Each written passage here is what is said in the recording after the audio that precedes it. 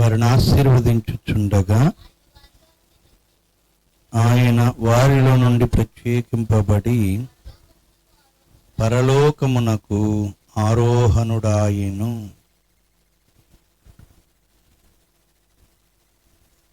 దైవ సాన్నిధ్యమునకు తెంచిన దేవునందు ప్రియులారా, దేవనామమున కృపా సమాధానములు మేల్లరకు కలుగును గాక. యేసు క్రీస్తు ప్రభువారి యొక్క శిలువ మరణము సమాధి చేయబడి ఆయన 3వ నాడు తిరిగి లేచిన తరువాత ఈ లోకములోని ఆయన 40 దినాలు ఉన్నారు. 11 పర్యాయములు తనను విశ్వసించిన వారికి అనేకులకు ఆయన తన ప్రత్యక్షతను, తన పునరుద్ధాన శరీరమును, జీవమును ఆయన కనుపరుస్తూ వచ్చారు.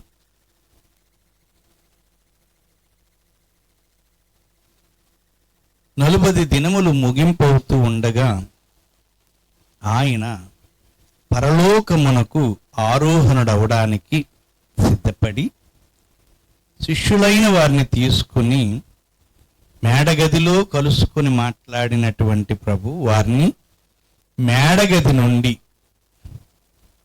ప్రియులారా ఒలీవల పర్వతమునకు వారిని తీసుకుని వచ్చారు. వారితో నడుచుకుంటూ వచ్చారు. ఆయన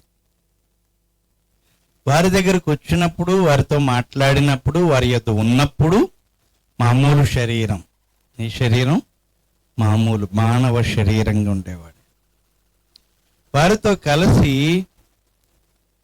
ఒలీవల పర్వతానికి వచ్చిన తరువాత ఆ పర్వతానికి వెళ్తూ వెళ్తూ యేసుక్రీస్తు వారు మరి వారితో మాట్లాడుతున్నారు. ఏమనగా, ఇదిగో నా తండ్రి వాగ్దానము చేసినది మీ మీదికి పంపుచున్నాను అన్నారు. తండ్రి ఏం వాగ్దానం చేశారు? యోవేలు గ్రంథంలో చూస్తాం. తీకండి, ఎవరు తీకండి. సర్వజనుల మీద నా ఆత్మను కుమ్మరిస్తాను, మీ యవ్వనులు దర్శనములు చూస్తారు. ఏమండి? ముసలివారు కలలు కందురు, బాలురు ప్రవచనములు చెప్పుతారు. పని వారి మీదను, పనికత్తెల మీదను నా ఆత్మను కుమ్మరిస్తానని గొప్ప వాగ్దానం. సర్వజనుల మీద అంటే ఎవరు వాళ్ళు చెప్పాలి కదండి? అన్ని దేశముల వారు, అన్ని ప్రాంతముల వారు, అన్ని భాషల వారు, అన్ని జాతుల వారు, ఇంకా తేడా లేదు, మంచివారు చెడ్డవారికి అందరికీ. ఎంత గొప్ప వాగ్దానము! రక్షణ పొందిన వాళ్ళు, రక్షణ పొందిన వాళ్ళు అంటూ ఏమీ లేదు. దేవుని నమ్మిన వాళ్ళు, నమ్మని అన్యులు అనేమీ లేదు. తనను గొప్ప వాగ్దానం చేసిన వాగ్దానం అంట దేవుడు పరలోకం నుంచి కుమ్మరించాడు, పరమ తండ్రి కుమ్మరించాడు. కానీ అది ఎవరు అందుకున్నారో తెలుసా? అది ఎవరు అందుకునే అర్హులు ఎవరు లేరు. అర్హులు ఎవరు లేరు గనుక దేవుడు యోహానుకు చెబుతున్నాడు, ఎవని మీదికి ఆత్మ దిగివచ్చుట నీవు చూతువో ఆయనే నా కుమారుడు. చూసారండి? కనుక ఆయన దేవుని కుమారుణ్ణి పట్టుకోవడానికి, ఈ లోకానికి బయలుపరచడానికి, అందించడానికే నేను నీటిలో బాప్తిస్మమిచ్చుచూ వచ్చి తిని అన్నాడు ఆయన యోహాను గారు. మీరు మనం చూసినట్లయితే, నేను ఆయనను ఎరుగనైతిని గాని నీళ్లలో బాప్తిస్మమిచ్చుటకు నన్ను పంపినవాడు నీవెవని మీద ఆత్మ దిగివచ్చి నిలుచుట చూతువో ఆయనే పరిశుద్ధాత్మలో బాప్తిస్మమిచ్చువాడని నాతో చెప్పెను. 31వ వచనం యోహాను సువార్త 1వ అధ్యాయం ఉందండి. 31 చూడండి. నేను ఆయనను ఎరుగనైతిని గాని ఆయన ఇశ్రాయేలుకు ప్రత్యక్షమగుటకు నేను నీళ్లలో బాప్తిస్మమిచ్చుచు వచ్చి తినని చెప్పాను. దేవుని స్తోత్రం. చూడండి, అద్భుతం. పరమ తండ్రి వాగ్దానం నెరవేర్చేశాడు ఆయన. కానీ ఆత్మ ఎవరి మీదకి దిగొచ్చింది అని అంటే కేవలం అందుకునే అర్హుడు ఎవరంటే ఆ దేవదేవుని కుమారుడైన యేసుక్రీస్తు వారే అందుకున్నారు. అది మాట ఏంటట. ఇప్పుడు ఎండాకాలం కదా ఏమ్మా, ఎండాకాలం మరి రాయితో కొట్టాం, మామిడికాయ పడింది. అంతకుముందు 10 రాళ్ళు కొట్టాడు ఎవరో, కానీ మన రాయికి ఎవరు సొంతం ఇప్పుడు చెప్పండి కదా, మంది. అలాగూ పరలోకము నుండి దేవుని ఆత్మను అందుకున్న వారు ఎవరంటే అర్హులెవ్వరూ లేరు. పరిశుద్ధమైన ఆత్మగా మన ఆత్మ ఉంటే దేవుని ఆత్మ మనకు అనుగ్రహింపడుతుంది. ఇక్కడే కొన్ని ఆత్మలు ఉంటాయి, భ్రమపరచు ఆత్మ, మోసపరచు ఆత్మలు ఉంటాయి. ఎలాగా అంటే అంతరంగం శుద్ధిగా లేకపోయినా సరే నాకు ఆత్మ వచ్చేస్తుంది, నాకు దేవుడు వచ్చేస్తున్నాడంటే చెప్పండి, అదే భ్రమపరచు ఆత్మ, మోసపరచు ఆత్మ, ఉద్రేకపు ఎన్ని ఉన్నాయి. ఇట్లాంటి ఆత్మ చాలా ఉన్నాయి. మనకి మనం నిర్ధారణ చేసుకోవాలా. ఎవరిని మనం నిర్ధారణ చేయం, మనల్ని ఎవరు నిర్ధారణ చేయలేరు. మన స్థితిని మనమే ఏం చేసుకోవాలట, నిర్ధారణ చేసుకోవాలి. హౌ ఐ యామ్, నేను ఎలా ఉన్నాను, నా ఆత్మీయత కరెక్టేనా, నా పరిస్థితి సరైనదేనా అని మనల్ని మనమే జడ్జిమెంట్ చేసుకుంటే ఇట్లాంటి మోసాలు ఏవి మనం అంటాం. బావినండి, ఇప్పుడు యేసుక్రీస్తు వారు ఆత్మపూర్ణుడై గొప్ప సేవ చేశారు. 3.5 సంవత్సరాలు చేశారా ఏమండి? ఆత్మ అందించు వరములన్నీ ఆయన వాడుకున్నాడు. ఆత్మ చేయు కార్యములన్నీ ఆయన ద్వారా దేవుడు జరిగించాడు. ఇన్ని చేసిన తర్వాత శిలువ మరణాన్ని కూడా ఆయన అనుభవించాడు, తిరిగి లేచాడు. ఇక ఈ లోకములో ఉన్న అతి కష్టమైన పని అంటూ ఏదైనా ఉందంటే కేవలం అదొక్క మరణం తప్ప ఇంకేది లేదండి. గెలవలేనిదంటే ఏదైనా ఉందంటే అదొక్కటే, దానిని కూడా చెప్పండి ప్రభు గెలిచాడు. దేవుని స్తోత్రం, గట్టిగా చెప్పలు కూడా దేవుని ఆయన. అందుకే యేసుక్రీస్తు వారు చెబుతున్నారు, నేను లోకమును జయించి ఉన్నాను. లోకాన్ని గెలవడం అంటే ఇదే. లోకమంతటినీ గెలిచిన అలెగ్జాండర్ గారు ఏం గెలవలేకపోయారు చెప్పండి అమ్మా. మరి ఇప్పుడు చెప్పండి, ఆయన లోకాన్ని గెలిచినట్ట? మరణం అంటదే, నువ్వు అందరినీ గెలిచావు కానీ నేను ఉన్నాను బాబు అంది. ఏమంటే అన్ని దేశాల వాళ్ళని అందరినీ గెలిచేశాడు, కానీ అసలు భూమి ఎవరి చేతిలో ఉందో, ఎవరి చేతిలో ఉంది? మరణం చేతిలో ఉంది. మరణం కాపురం ఉంటుంది ఇక్కడ. ఎక్కడమ్మా? భూమి మీద ఎవరు కాపురం ఉంటున్నారు? మరణం కాపురం ఉంటుంది. అసలు వాళ్ళని గెలవలేకపోయావు అని ఏం చేసింది? చిత్తుగా ఓడించేసింది అలెగ్జాండర్ని.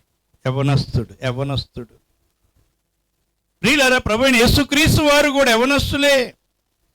ఆయన మీదకి వచ్చింది, ఆయనను ఓడించింది, సిలువలో మరణింపజేసింది, అయిపోయిన చరిత్రని లోకమంతా అనుకుంది. ఏమా? లోకమంతా అనుకుంది.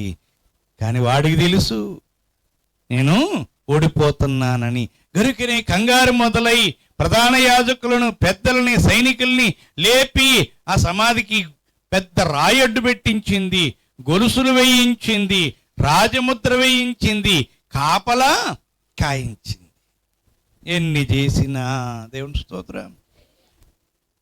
అపవాది ప్రయత్నాలు, కావలి పెట్టింది ఘాటు జాగ్రత్తలు ఏవియూ నిలవలేదు క్రీస్తు యొక్క పునరుద్ధాన జయములో. అయితే బాగా వినండి, పునరుద్ధానుడైన క్రీస్తు పునరుద్ధానుడై తిరిగి వెళ్ళిపోతూ అమ్మా ఆనాడు ఆ శిష్యులకి చెప్పారే, ఈరోజు నీకు నాకు చెప్తున్నారు. మనం కూడా ఎవరు? అయ్యో శిష్యులమేనా? మాట్లాడాలి అందరం శిష్యులమే. అక్కడ ఆ రోజు ఆ శిష్యులు చెప్పారు, ఈరోజు మనకి చెప్తున్నారు. ఏమనో తెలుసా? పైనుండి శక్తి పొందు వరకు పట్టణములో నిలిచి ఉండండి. శక్తి పొందు వరకు ఏం చేయాలట? పట్టణములో నిలిచి ఉండాలి. అనగా పైనుండి శక్తి. అదే చెప్తున్నారు చూడండి, అక్కడ చక్కని మాట ఉంది. ఏమనంటే 49వ వచనంలో, ఇదిగో నా తండ్రి వాగ్దానము చేసినది. ఇలా చూడండి, తండ్రి వాగ్దానం చేసింది ఎవరు పంపాలి? ఎవరు పంపాలి? తండ్రి పంపాలి కదమ్మా. మరి ఈయన ఏమంటున్నారు? తండ్రి వాగ్దానము చేసినది మీ మీదికి పంపుచున్నాను. ఎందుకు ఈ మాట అన్నారంటే, తండ్రి ఆయన పంపించేశారు, పరిశుద్ధాత్ముడు వచ్చేసాడు. వచ్చిన ఆయన ఎవరి దగ్గర ఉన్నారట? యేసయ్యలో ఉండిపోయాడు. యేసయ్యలో ఉండిపోయాడు. ఎప్పటిదాకా ఉంటారు అని అంటే, ఈయనను పరలోకం తీసుకొని వెళ్ళిపోయేదాకా ఈయన సొంతమే. ఎవరు? పరిశుద్ధాత్ముడు. అక్కడికి వెళ్ళిన తర్వాత పరిశుద్ధాత్మను ఎవరు పంపుతానన్నారు? ఇది నాది కనుక ఎవరు పంపుతారు? నేను పంపాలి. అంతే కదా? దయచేసి గమనించండి.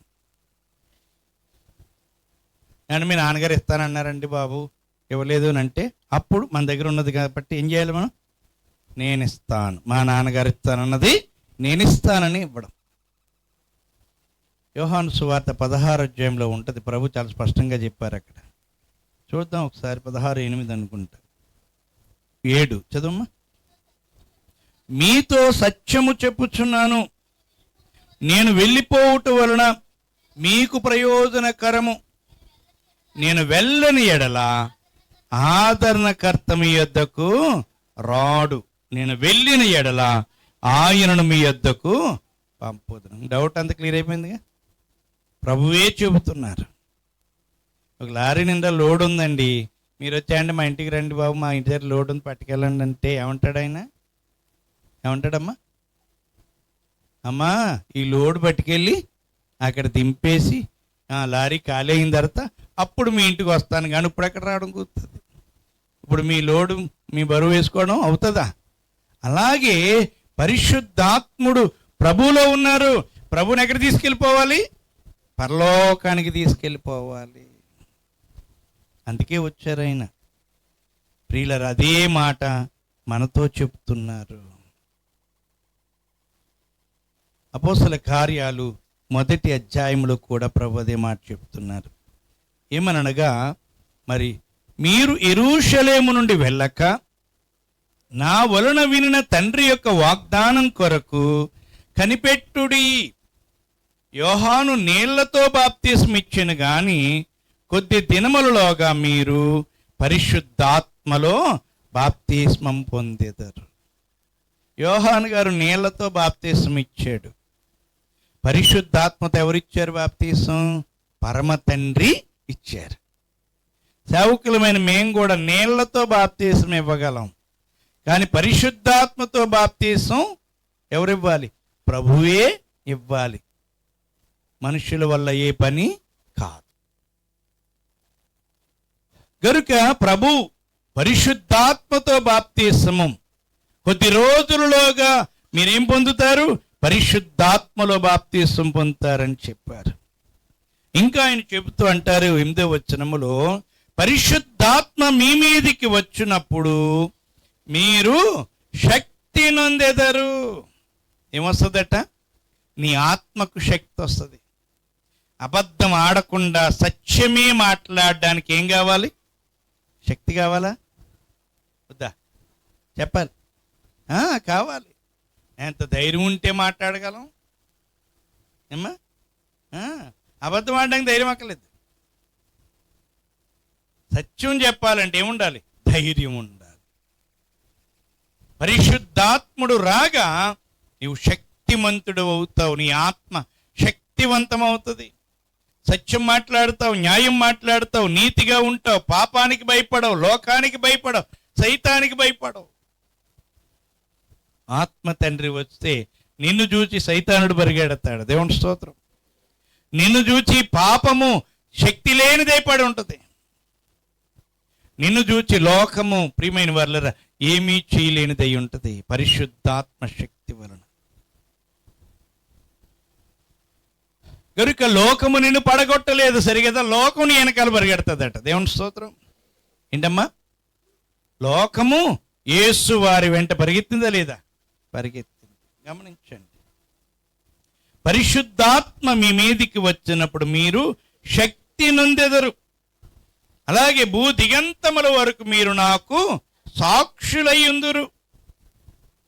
ఇంకా చెప్తున్నారు చూడండి. ఈ మాటలు చెప్పి వారు చూచుచుండగా ఆయన ఆరోహణమాయెను. వారి కన్నులకు కనబడకుండా ఒక మేఘము ఆయనను కొనిపోయాను.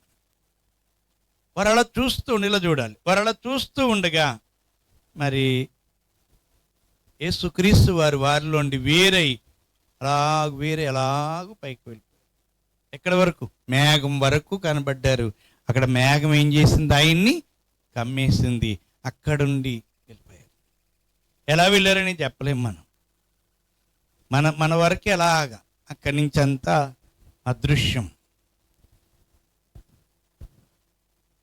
అయితే ప్రియులారా, ఆయన ఆరోహణము స్థితిని ఒక్క పర్యాయం మనం గమనిస్తే, ఆయన మొట్టమొదటి స్థితి ఎక్కడా?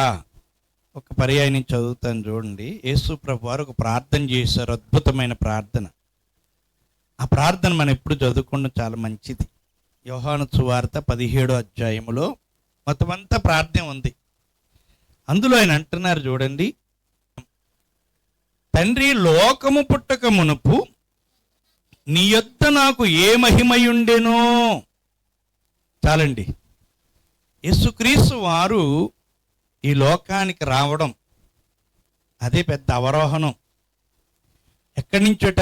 తండ్రి ప్రక్కన దేవునితో సమానముగా ఉండుట విడిచిపెట్టకూడని భాగ్యమని ఎంచుకొనకుండా ఆ పరలోకమును విడిచి ఎక్కడికి వచ్చారైనా? భూమి మీదకి వచ్చారు. ఒక దేవుడిగా కాదు, ఒక నరుడుగా వచ్చాడు.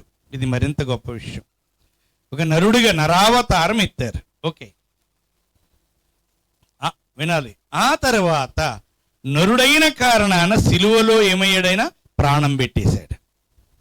ప్రాణం పెట్టి ప్రియులారా, నరులలో నుండి ఈ నరుడు ఏం చేస్తున్నాడో తెలుసా? పుడుతున్నాడు, పెరుగుతున్నాడు. పుట్టి పెరిగి ఏం సంపాదిస్తున్నాడంటే మరణాన్ని సంపాదిస్తున్నాడు. మరణం అనగేంటో తెలుసా? ఈ దేహాన్ని విడిచిపెట్టిన తర్వాత ఆత్మ ఎక్కడి నుండి వచ్చిందో అక్కడికి వెళ్ళలేక, మనం కూడా ఎక్కడి నుంచి వచ్చాం? దేవుని దగ్గర నుండి వచ్చాం. తెలుసా? అది కూడా తెలదు మనకి. పుట్టినప్పుడు మనకి ఏమి తెలదు, కానీ తెలుసుకోవాలట. పెరుగుతా మేము ఎక్కడి నుంచి వచ్చాం? అది దేవుని దగ్గర నుండి వచ్చాం. కానీ తిరిగి వెళ్ళే శక్తి లేని వారమై పాపములో జీవించిన కారణాన్న ఈ ఆత్మట ఎక్కడ పోతుంది? కిందకి పోతుంది, భూమి క్రింది చోట్లకు. ఇప్పుడు యేసుక్రీస్తు వారు సిలువలో మరణించి ఆయన ఎక్కడికి వెళ్ళాడంట?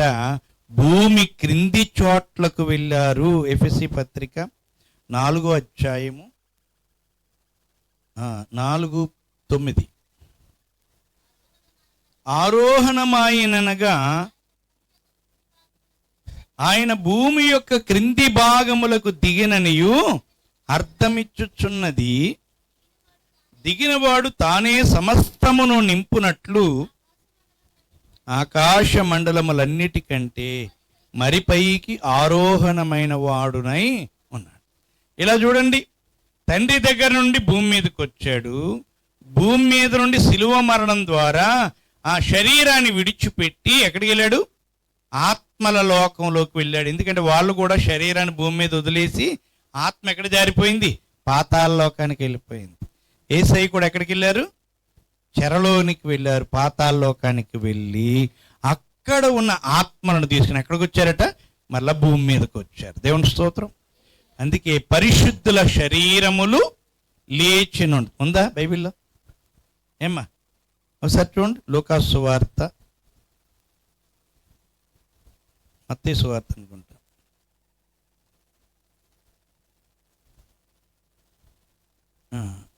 మత్తయి సువార్త 27వ అధ్యాయము 53వ వచనం, 52. సమాధులు తెరవబడిన, నిద్రించిన అనేక మంది పరిశుద్ధుల శరీరములు లేచిన వారు సమాధుల నుండి బయటికి వచ్చి ఆయన లేచిన తరువాత పరిశుద్ధ పట్టణంలో ప్రవేశించి అనేకులకు అగపడిరి. ప్రియమైన వాళ్ళరా, ఇదేదో భలేగా ఉంది. మళ్ళీ అందరినీ తీసుకెళ్ళి ఒక ఆయన దొడ్లో పెట్టి కట్టేసాడండి. గేటు ఏమ్మా కట్టేశాడు. మరి దొడ్డు నిండా మనం ఉన్నాం. కొంతమంది ఏమో నడువు నొప్పితో కూర్చున్న వాళ్ళు ఉన్నారు, కొంతమంది కాలు నొప్పులతో ఉన్న వాళ్ళు ఉన్నారు, కొంతమంది కొంచెం బలంగా ఉన్న వాళ్ళు ఉన్నారు, కొంచెం ఆరోగ్యంగా ఉన్న వాళ్ళు ఉన్నారు, కొంచెం యవ్వనస్తులు ఉన్నారు, వీళ్ళందరూ ఉన్నారు. మనం ఒక ఆయన వచ్చి ఆ గేటు ఆ తాడు కోసేసి ఆ తలుపు తీశాడు. ముందు ఎవరు బయటకెత్తారు? ఎవరు చురుగ్గా ఉన్నారు, ఎవరు భయపడకుండా ఉన్నారు, ఎవరు ధైర్యంగా ఉన్నారు, ఎవరు ఆరోగ్యంగా ఉన్నారు, వాళ్ళ ముందు బయటకు వచ్చేస్తారు కదా. ఈ నడువు నొప్పి వాళ్ళు, మోకాలు నొప్పి వాళ్ళు వెనకాల వస్తారు నెమ్మదిగా. అలాగే యేసయ్య శిలువలో ప్రాణం పెట్టగానే టక్మని పైకి వచ్చేసారట ఎవరాళ్ళు. ఏమండి? దేవుని స్తోత్రం. పాపము యొక్క తాళ్ళు తెంపేశాడు ఆయన. గట్టిగా చెప్పలు కొడదాం. పాపమనే త్రాళ్ళు ఏం చేశాడు ఆయన? తెంపేసేటప్పటికీ పరిశుద్ధులే, పాపమును గెలిచిన వారే, పాపానికి లొంగని వారే. కానీ జన్మ పాపం ఉంటుంది కాబట్టి, ఎంతో కొంత కర్మపాపం ఉంటుంది కాబట్టి అక్కడ ఆగారు. కానీ వాళ్ళు లొంగని వారు లోక పాపానికి అపవాది. గనుక ఎప్పుడైతే ప్రభు ప్రాణం పెట్టాడో టక్మని పైకి వచ్చేసారు వాళ్ళందరూ. దేవుని స్తోత్రం, హల్లెలూయా. గనుక వారిని తీసుకున్నట ప్రభు ఎక్కడికి వచ్చాడు? భూమి మీదకి వచ్చాడు. భూమి మీద నుండి మరలా ఎక్కడికి వెళ్ళాడట? వారందరినీ తీసుకుని పరదైసునకు వెళ్ళాడు. దేవుని స్తోత్రం. అందుకే యేసయ్య పైకి వెళ్ళిపోతుంటే అపోస్తల కార్యాలు 1వ అధ్యాయం 7వ వచనములో చూస్తాము. చదవండి. ఇద్దరు మనుషులు అక్కడ మాట్లాడుతున్నారు. అమ్మా 10వ వచనం. ఆయన వెళ్ళుచుండగా వారు ఆకాశం వైపు తేరి చూచుచుండిరి. ఇదిగో తెల్లని వస్త్రములు ధరించుకున్న ఇద్దరు మనుషులు వారి యొద్ద నిలిచి, గలిలయ మనుషులారా, మీరెందుకు నిలిచి ఆకాశం వైపు చూచుచున్నారు? మీ యొద్ద నుండి పరలోకమునకు ప్రభువుతో పాటు ఎవరు వెళ్తున్నారు? పరిశుద్ధులు వెళ్ళిపోతున్నారు. ఇలా చూడాలి. మరలా ఈ పరిశుద్ధులను తీసుకెళ్ళి ఎక్కడ పెట్టారు? ఆయన పరదైస్సులో పెట్టారు. బావేనండి. పరదైస్సు నుండి మరలా ఆయన ఎక్కడికి వెళ్ళాడో తెలుసా? తండ్రి కుడి పార్శ్వమునకు వెళ్ళాడు. దేవుని స్తోత్రం, హల్లెలూయా. హెబ్రీయులకు రాసిన పత్రిక 1వ అధ్యాయం మనం చూసినప్పుడు, హెబ్రీయులకు రాసిన పత్రిక 1వ అధ్యాయం 4వ వచనములో చూస్తాం. ఆయన దేవుని మహిమ యొక్క తేజస్సును, ఆయన తత్వం యొక్క మూర్తిమంతమున ఎండి తన మహత్తు గల మాట చేత సమస్తమును నిర్వహించుచు పాపముల విషయంలో శుద్ధీకరణము తానే చేసి దేవదూతల కంటే ఎంత శ్రేష్టమైన నామము పొందెనో వారికంటే అంత శ్రేష్ఠుడై ఉన్నత లోకమందు మహామహుడగు దేవుని కుడిపార్శ్వమున కూర్చుండి. దేవుని స్తోత్రం. ఎక్కడున్నారట ఆయన? ఏది విడిచి వచ్చారో మరలా ఆ చోటికి ఆయన ఆరోహణమైన వాడై ఉన్నాడు. ఎంత గొప్ప సంగతి! దేవునికి మహిమ కలుగును గాక. ఇంకా అంటారు 10వ అధ్యాయం ఇదే పత్రిక, హెబ్రీ పత్రిక 10:12 మనం చూస్తే, ఈయనైతే పాపముల నిమిత్తమై సదాకాలము నిలుచు బలిని అర్పించి అప్పటి నుండి తన శత్రువులు తన పాదములకు పాదపీఠముగా చేయబడి వరకు కనిపెట్టుచు, ఎలా చూడాలి? ఎక్కడమ్మా? దేవుని కుడిపార్శ్వమున ఆసీనుడై ఉన్నాడు. ఇంకొక చోట ఉంటుంది, విజ్ఞాపన చేయుచున్నాడు. ఏం చేస్తున్నారట? 7వ అధ్యాయం 24వ వచనం మనం చూస్తాము. ఈయన తన ద్వారా దేవుని యొద్దకు వచ్చి వారి పక్షమున విజ్ఞాపనము చేయుటకు నిరంతరము జీవించుచున్నాడు. ఇంకా మనందరి బాగా తెలిసినటువంటి వాక్యం ప్రభు అంటాడు, ఇదిగో నేను జయించి, పూర్చేయండి, నేను జయించి, అది జయించిన తండ్రితో కూడా ఆయన సింహాసనమందు కూర్చుండి ఉన్న ప్రకారము. చదవాలి, చెప్పాలి. ఏంటి, మనల్ని కూడా అక్కడ కూర్చోబెట్టుకుంటారా? ఏమ్మా, జయించు వానిని నాతో కూడా. ఆ సింహాసనం ఎవరిది? తండ్రి సింహాసనం మీద కొడుకుని కూర్చోబెట్టుకున్నారు పక్కన. ఓకే, పర్వాలేదు. కానీ యేసు ఏమంటున్నారు? నాతో కూడా. దేవుని స్తోత్రం. అయితే ఆలోచన చెయ్యాలి. మన ఆరోహణం, యేసయ్య ఆరోహణం అయిపోయింది. ఇప్పుడు నెక్స్ట్ ఉన్నది ఏంటో తెలుసా? సంఘారోహణము. ఏముందమ్మా? సంఘారోహణం. సంఘారోహణం అంటే వాళ్ళు ఎవరు సంఘస్థులు వెళ్తారు, మనం కాదు. ఏమ్మా? సంఘారోహణం. సంఘారోహణం అంటే ఏంటి? సంఘారోహణం మనము ఎగిరి వెళ్ళడమే. దేవుని స్తోత్రం. అమ్మ గెడ్డం నిద్రపోతున్నారు. వాక్యాన్ని వినండి. ఇలా చూడాలి. అయిపోయింది వాక్యం. అందుకే ప్రభువు చెప్తున్నాడు ఏమని? ఆయన ఎలా ఆరోహణమయ్యాడు? పరిశుద్ధాత్మునికి ఆయన ఆలయమైన కారణాన పరిశుద్ధాత్ముడు ఆయన యందుండి ఆయన చేత చేయించాల్సిన పనులు, బోధలు, శోధనలు, శ్రమలు మొట్టమొదట ఎవరిని ఓడించాడు? సైతాన్ని ఓడించాడు. శరీరమును గెలిపించాడు. గోడకు జారిపడితే ఇంకా నీరసం వచ్చేద్ది. అసలే ఉన్న నీరసానికి తోడు అసలు ఎలా ఉండాలట? మనం ఎలా ఉండాలి?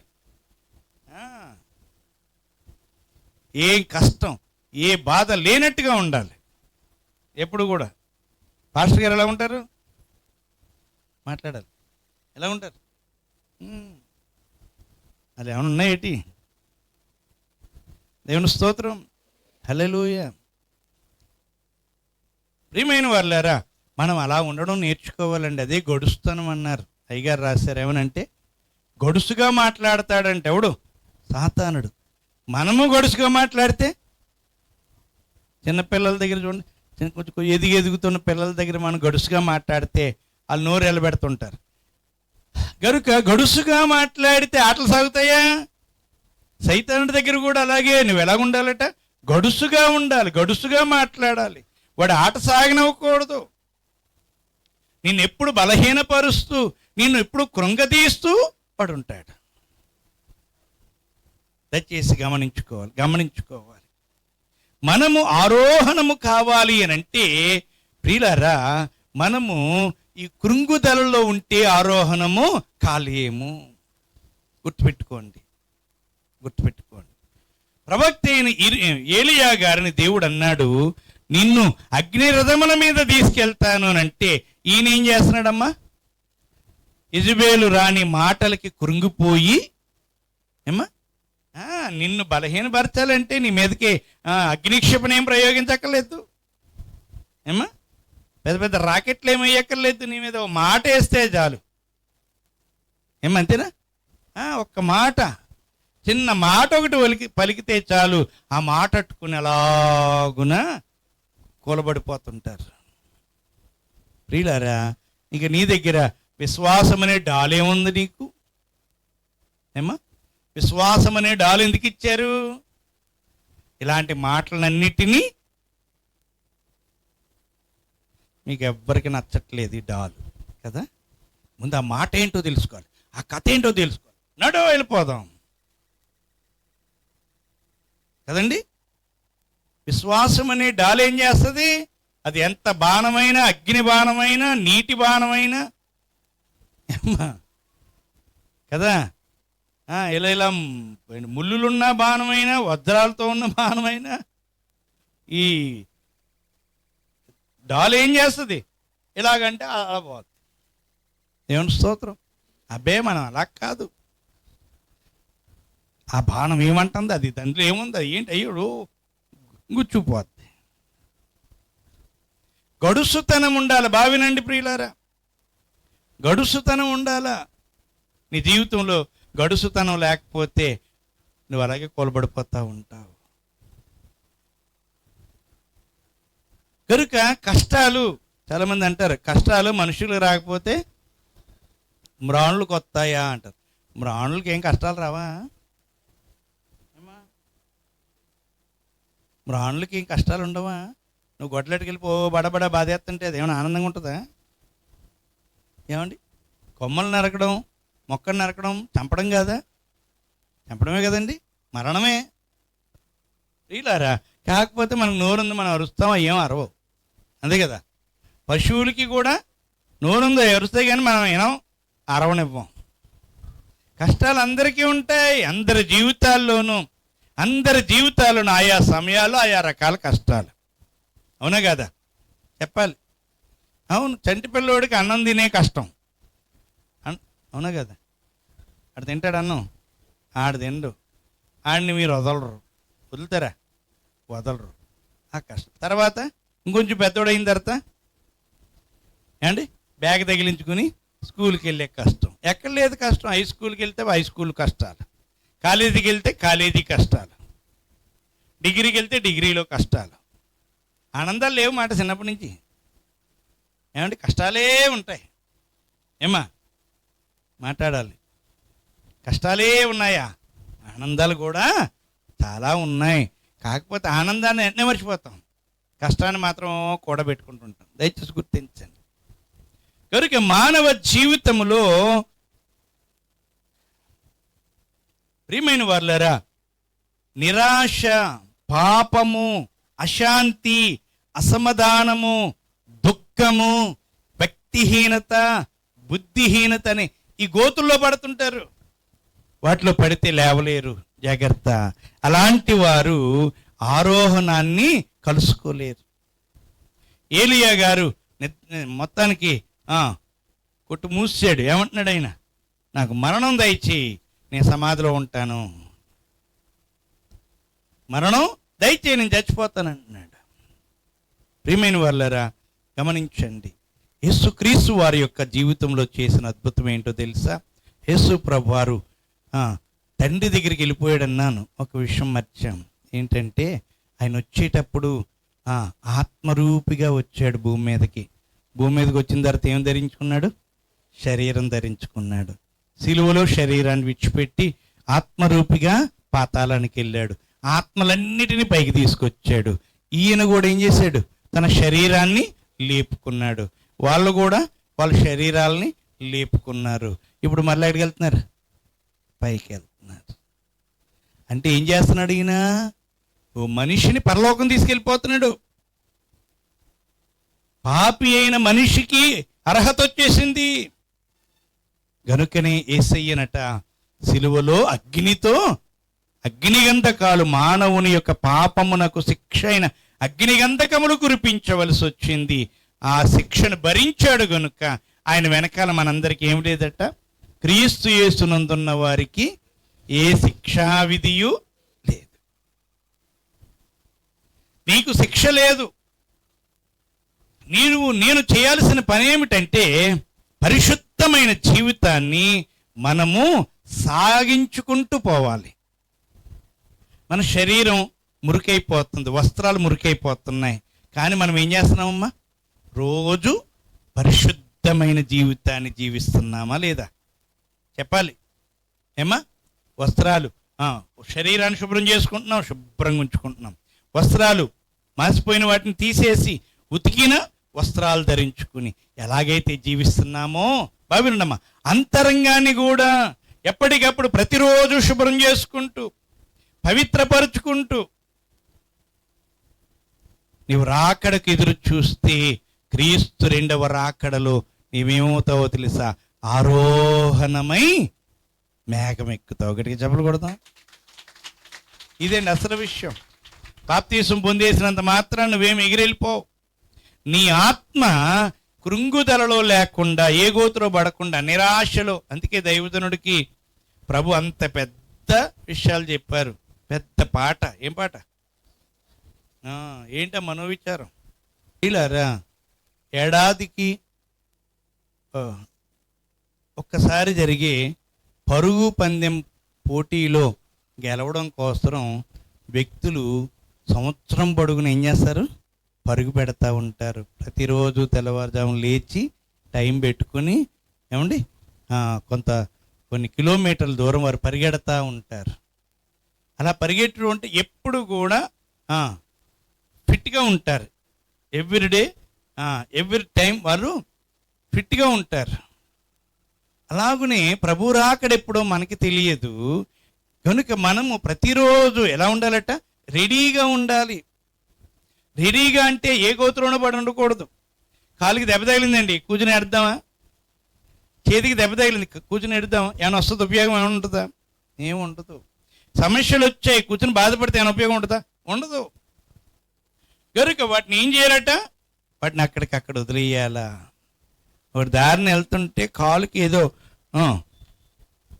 పట్నం కుర్రోడు ఒక ఆయన పల్లెటూరు వచ్చాడట. పల్లెటూరు వచ్చి ఆ దారిలో వెళ్తుంటే కాలుకి ఏదో బాడంటుకుందంట. బాడంటుకుని ఏంటిదని చెప్పి చేతితోటి ఇలాగన్నాడంట. చేతికి అంటుకుందంట. ఏంటిదని ఇలా ముక్కు తెరెట్టుకున్నాడు, ముక్కు కట్టుకుందంట. ఏమ్మా, వ్యవసాయం చేసే వాళ్ళు ఏం చేస్తారు? కాలుకి బురద అంటుకుంటే ఏం చేస్తారమ్మా? తలపాగా తీసి శుభ్రంగా తుడుతారా? ఏం చేస్తారు? ఆ కాలుని అలాగా గడ్డి మీద అలా రాసుకుంటూ వెళ్ళిపోతారు. మనం కూడా ప్రతి బాడీ బురద అంటించుకుంటూ నెత్తికి రాసుకోకూడదు. వింటున్నారా? ఎక్కడిదక్కడ దేవుని స్తోత్రం. నాకున్నది అసలైన పని ఒకటి ఉంది. ఏంటది? ఆరోహణము. వీటన్నిటితో నేను ఉంటే నేనేం కాలేను? ఎగరలేను, బరువైపోతాను. తేలికగా ఉండాలని అంతరంగం. అందుకని అసలైన బరువు ఏంటి చెప్పనమ్మా? మనో విచారము.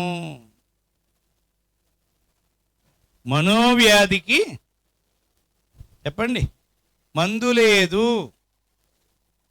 కనుక అస్సలు దాన్ని ఏం చేయనివ్వకూడదు, పనిలో పుట్టనివ్వకూడదు.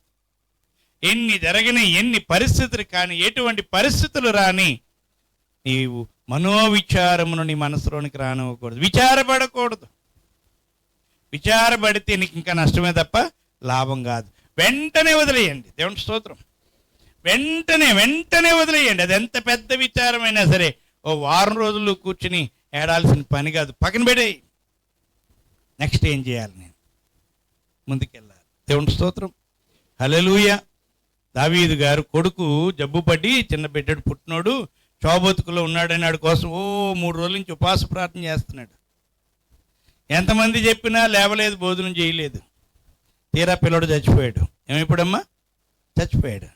చచ్చిపోతే ఎవరేం మాట్లాడలేదు, కామ్గా ఉన్నారు, గుసగుసలాడుకుంటున్నారు. డౌట్ వచ్చింది. పనోడిని పిలిచి పిల్లడు చచ్చిపోయాడా? అవును చచ్చిపోయాడు. వెంటనే ఏం చేశాడు తెలుసమ్మా? వెంటనే ప్రియులరా లేచి స్నానం చేసి సెంటు రాసుకుని మంచి వస్త్రాలు ధరించుకుని దేవుని మందిరానికి వెళ్ళి దేవుని మందిరంలో మొక్కి ప్రార్థించుకొని గృహానికి వచ్చి భోజనం బల్ల దగ్గర కూర్చుని భోజనం పెట్టండి అన్నాడు. లేవాలా, అందులోనే పడి ఉండకూడదు. వింటున్నారా? పిల్లోడు చచ్చిపోయాడని వారం రోజులు, నెల రోజులు దొల్లలేదు ఏడ్చుకుంటూ. కనుక మనము నిరాశనే గోతులు, లోకమనే కొందరు పాపమనే గోతులు పడి ఉంటారు. పాపం కూడా మనం పట్టుకుంటూ ఉంటుంది. ఏం చేయాలి మనం? నన్ను ఎప్పుడు పట్టుకోలేదన్న వాళ్ళు ఎవరన్నా ఉన్నారా? పట్టుకుంటుంది అది. మనం ఏం చేయాలి? దాన్ని త్రోసివేయాలి. అవమానం అనేది పట్టుకుంటూ ఉంటుంది. నిరాశ అనేది పట్టుకుంటూ ఉంటుంది. పట్టుకుంటుందా? రానివ్వకండి మీ ఇంట్లోకి. ఏమ్మా, మీ ఇంట్లోకి బోల్డ్ వస్తానంటాయి. మన దగ్గరికి కోతులు వస్తానంటున్నాయి, రానిస్తామా? కుక్క వస్తానంటది, రానిస్తామా? పిల్లి వస్తానంటది, రానిస్తామా? బిల్లి రానిస్తారా? అది వస్తే మనం బయటికి వెళ్ళిపోతాం. ఇంకా ఉన్నాయి. ఏంటయ్యి? తోకెత్తి పెట్టుకుని వస్తాయి. ఏంటయ్యి? అది వస్తే రానిస్తారా? రానివ్వరు. జెర్రీ ఇంకేమున్నాయి? ప్రియమైన వాళ్ళారా, ఇలాంటి రానివ్వకూడదు. ఇవన్నీ హాని చేసేవే కనుక నువ్వు రానివ్వు. ఇప్పుడు చెప్పిన లిస్ట్ అంతా కూడా చెప్పడమ్మా, ఇప్పుడు చెప్పినవన్నీ కూడా హాని చేసేవే. మరేం రానివ్వాలి ఇంట్లోకి? అయ్యో చెప్పాలి, ఏం రానివ్వాలి ఇంట్లోకి? సంతోషము. దేవుని స్తోత్రం. రాణిస్తున్నావా? సమాధానము, సాత్వికము, ఆశానిగ్రహము. ఆశానిగ్రహం అంటే కొనుక్కోవాలని అనిపిస్తుంది, వద్దులే పర్లేదు తర్వాత చూద్దాం, అది ఆశానిగ్రహం అంటే. ఉందా మీ ఇంట్లో? ఉందా? దయాళుత్వము, మంచితనము, విన్నారండి, ప్రేమ, ఇంకోటి ఏదో ఉంటుంది, సాత్వికము, కొట్టిన వారిని కొట్టకు, తిట్టిన వారిని తిట్టు. వీటిని రానివ్వాలి తప్ప ఇంట్లో ఇప్పుడు చెప్పామే ఇవేవి రానివ్వకూడదు. గుర్తించండి, నీ ఆత్మీయ జీవితమును సంతోషం మరింత బలపరుస్తుంది. దేవుని స్తోత్రం. విచారం ఏం చేస్తుంది? పాడు చేస్తుంది, బలహీనపరుస్తుంది. ఇప్పుడు చెప్పిన ఈ నియమాలకి ఏ అడ్డు లేదటండి. దేవుని స్తోత్రం. ఉందా? చెప్పాలి.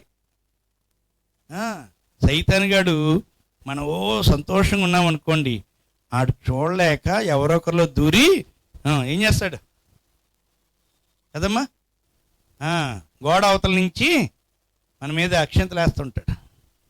వేస్తాడా? అక్షంతలు వేస్తుంటాడు. అప్పుడు వెంటనే మన దేప మార్పేసి, మన వాళ్ళు చాలామంది అలాగే ఉంటారు. కానీ వాక్యం ఏం చెప్తుంది? ఇట్టి వాటికి విరోధమైన నియమమేదియూ లేదు. ఏమండి? ఎట్టి వాటికి? ప్రేమ, సంతోషము, సమాధానము, దీర్ఘశాంతము, దయాళత్వము, మంచితనము, విశ్వాసము, సాత్వికము, ఆశ. వీటిని కలిగి ఉండు. వీటికి విరోధమైన నియమమేది లేదు. ఇవి కలిగి ఉంటే నువ్వు బలమైన వ్యక్తివి, దేవుడు నిన్ను మెచ్చుతాడు. ఇక పైన ఉన్నాయి, అవి కలిగి ఉండకూడదు. ఇట్టి వాటికి విరోధమైన నియమమేదియూ లేదు. క్రీస్తు యేసు సంబంధులు శరీరమును దాని ఇచ్ఛలతోనూ దురాశలతోనూ సిలువ వేయుదురు. శరీరం అంటది విచారపడు, బాధపడు, గొడవపడు, రకరకాలుగా చెప్తుంటది. అట్లన్నిటిని ఏం చేయాలట? మేకలు వేసి కొట్టేయాలట. దేవుని స్తోత్రం. ఏం చేయాలట? జారత్వము, అపవిత్రత, కాముకత్వం, విగ్రహారాధన, అభిచారం, ద్వేషములు, కలహము, మస్తరములు, క్రోధములు, కక్షలు, భేదములు, విమతములు, అసూయలు, మత్తతులు, అల్లరితో కూడిన ఆటపాటలు. వీటన్నిటికీ ఏం చేయాలమ్మా? మేకలు వేసేయాలి. దేవుని స్తోత్ర. హల్లెలూయా. గనుక అపవాది నిన్ను ఎగరనివ్వకుండా, ఆరోహణము కానివ్వకుండా ఏదో ఒక గోతిలో నిన్ను దింపడానికి చూస్తుంది. నేనేం కావాలి? ఆ గోతులో పడకూడదు. అడవుల్లో మరి జంతువులను పట్టుకోవడానికి రకరకాల ప్లాన్లు, బోన్లు ఏర్పాటు చేస్తారు.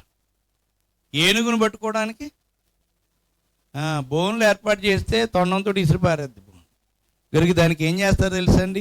పెద్ద గొయ్యి తవ్వి దాని మీద కర్రలు వేసి, ఆకులు వేసి, ఇది గొయ్యి కాదు నేల అన్నట్టుగా చూపిస్తారు. అది తెలియక అలాగొచ్చి గోతులో పడుతుంది, గోతులో పడిపోద్ది. ఆ గోతులో పైకి ఎక్కలేదు అండి. ఆ గొయ్యి ఇలాగుందనుకోండి, కారెల్లిలాగా ఎక్కొచ్చేద్ది అది. ఆ గొయ్యి అలాగ ఉండదు కదా, నూతులాగా ఉంటుంది. నూతులోంచి ఎలా రాగలం? ప్రియులారా, దాన్ని పట్టుకుంటారు. అలాగే అపవాది కూడా నీ కొరకు, నా కొరకు అనేకమైన గోతులు తవ్వుతూ ఉంటాడు. దేవుని స్తోత్రం. మరి మనం ఏం చేయాలంట? లేడి వలే తప్పించుకోవాలట. లేడి ఏం చేస్తుంది? చెంగున ఎగురుతుంది. దేవుని స్తోత్రం. హల్లెలూయా. చెంగుమని ఎగురుకుంటూ పోతుంది. మనం అలాగే ఏమండి, పక్షి తప్పించుకున్నట్లుగా, లేడి తప్పించుకున్నట్లుగా తప్పించుకొనుము అని చెప్పి సామెతల గ్రంథంలో మనం చదువుతాం ఆ మాటలు. ఏమండి? సామెతల గ్రంథం, వేటగాని చేతి నుండి లేడి తప్పించుకున్నట్లు, పక్షి ఎరుకువాని చేతి నుండి పక్షి తప్పించుకున్నట్లు తప్పించుకున్నాము. దేవుని స్తోత్రం. నువ్వు ఎగురుతూనే ఉండాలా, చక్కగా నీవు పరిగెడుతూనే ఉండాలి, కానీ ఎక్కడో గోతులో పడి ఉండకూడదు. అపవాది యొక్క పనులు ఇవన్నీ.